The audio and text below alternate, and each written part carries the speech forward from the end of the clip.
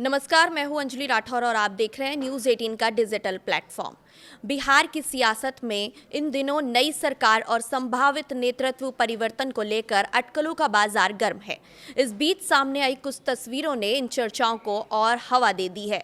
एक तस्वीर हजार शब्द कहती है और फिलहाल बिहार की राजनीति में भी कुछ ऐसी ही तस्वीरें चर्चा का विषय बनी हुई हैं।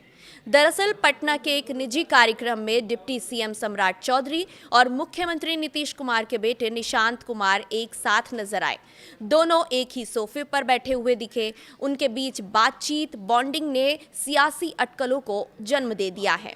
ये पहली बार है जब निशांत कुमार के सक्रिय राजनीति में आने की चर्चाओं के बीच उनकी सम्राट चौधरी के साथ ऐसी तस्वीर सामने आई है। खास बात ये रही है कि ऐसी तस्वीर गुरुवार को जीतन राम मांझी के यहाँ हुई इफ्तार पार्टी में भी देखने को मिली, जहां सम्राट चौधरी और निशांत कुमार एक साथ बैठे नजर आए। तस्वीरों में सम्राट चौधरी और निशांत कुमार के बीच सहजता और नजदीकी साफ दिख रही थी। राजनीतिक विशेषज्ञ इसे महज औपचारिक मुलाकात नहीं बल्कि भविष्य में जो राजनीति साझेदार के तौर पर भी देख पा रहे हैं। कुछ हलकों में तो यहाँ तक कयास लगाए जा रहे हैं कि सम्राट चौधरी को मुख्यमंत्री और निशांत कुमार को उप मुख्यमंत्री की भूमिका में देखा जा सकता है।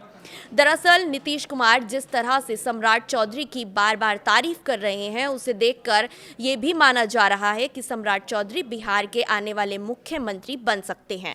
और निशांत कुमार ने अब औपचारिक रूप से जेडीयू की सदस्यता भी ले ली है। अब ऐसे में निशांत को भी बड़ी जिम्मेदारी देने की तैयारी की जा रही है। इस बीच जमुई में समृद्धि यात्रा के दौरान मुख्यमंत्री नीतीश कुमार का डिप्टी सीएम सम्राट चौधरी के प्रति सार्वजनिक स्नेह भी चर्चाओं का विषय बना हुआ है।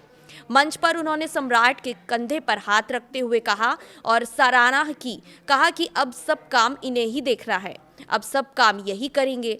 इस बयान के आने के बाद राजनीतिक हलकों में डिप्टी सीएम सम्राट चौधरी के मुख्यमंत्री बनने की चर्चा और तेज हो गई है।